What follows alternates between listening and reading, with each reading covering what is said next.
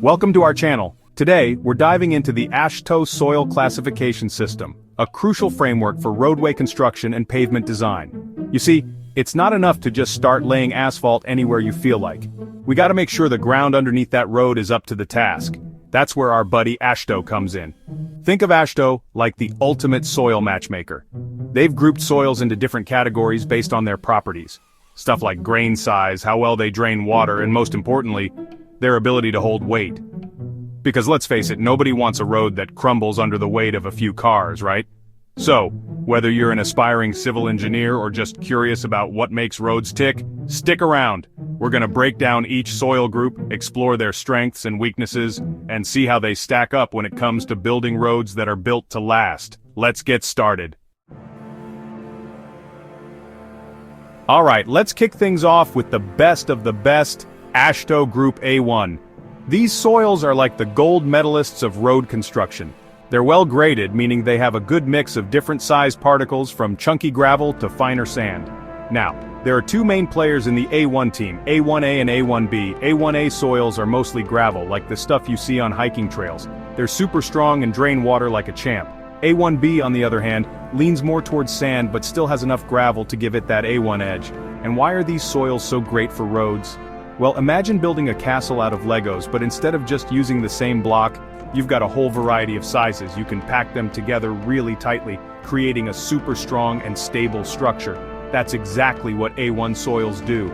They provide excellent drainage, which prevents water from weakening the roadbed, and they can handle heavy loads without breaking a sweat. Think highways, airports, those kinds of heavy-duty applications. Basically, if you want a road that can withstand the apocalypse, A1 soils are your go-to. But hold your horses, folks. Just because A1 soils are the superstars doesn't mean they're always easy to come by. Sometimes, you have to work with what you've got, and that brings us to our next group.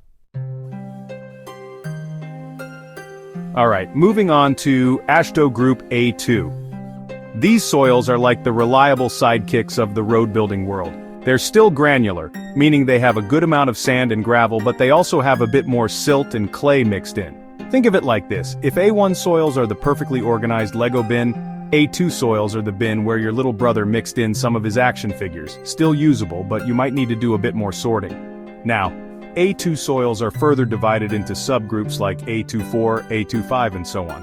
These subgroups just tell you a bit more about the specific proportions of sand, gravel, silt and clay present. While they might not be as inherently strong as their A1 counterparts, A2 soils can still make a pretty decent base for roads. They're often used in lower traffic areas or as a subgrade layer beneath a stronger surface.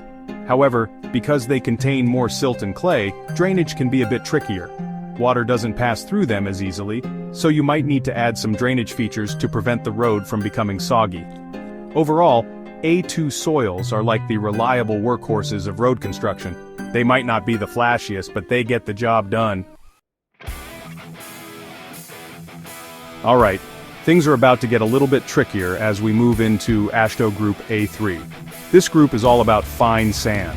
Imagine the feeling of sand slipping through your fingers at the beach. That's the kind of texture we're dealing with here. Now don't get me wrong, sand is an important part of road construction, but too much fine sand without the binding power of gravel can be problematic. It's like trying to build a sandcastle with only the finest, driest sand. It just won't hold its shape. A3 soils are notorious for their poor load-bearing capacity.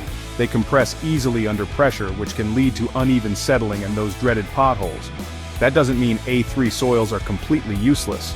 They can still be used in road construction, but they often require some extra help in the form of stabilization. This might involve mixing in cement or other stabilizing agents to improve their strength and load-bearing capacity. So, if you're dealing with A3 soils, be prepared to get your hands dirty and put in some extra work to make them roadworthy.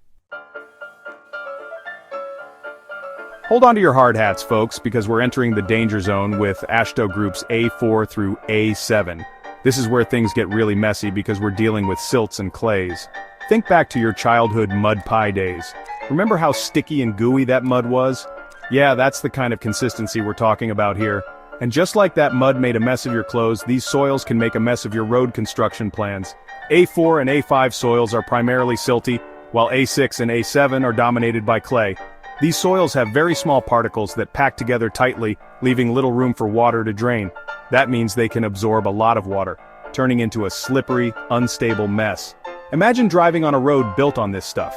It would be like trying to drive on a waterbed, not exactly a recipe for a smooth ride. Now, I'm not saying that it's impossible to build on these soils, but it requires serious engineering and often isn't worth the headache.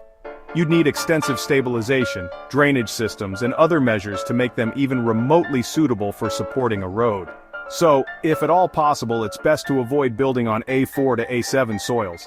Trust me, your life will be a lot easier if you do. And finally we arrive at the bottom of the barrel, the black sheep of the AASHTO family group A8. This group consists of highly organic soils like peat and muck. Imagine the squishy, spongy ground you might find in a bog or swamp. That's what we're dealing with here. These soils are basically decomposed plant matter, and they are absolutely terrible for road construction.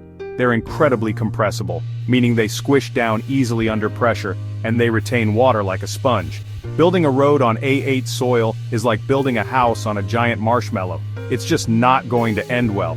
Even with extensive stabilization and drainage, it's nearly impossible to make these soils suitable for supporting a road, so if you're scouting locations for your next road project and you come across A8 soils, do yourself a favor and turn around. Run away as fast as you can.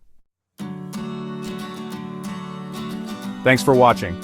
If you found this video helpful, don't forget to like, share, and subscribe for more informative content on road construction and engineering.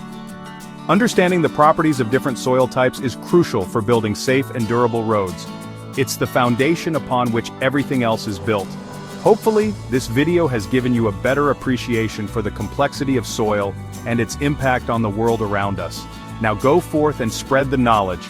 Share this video with your friends, family, or anyone who might be interested in the fascinating world of civil engineering.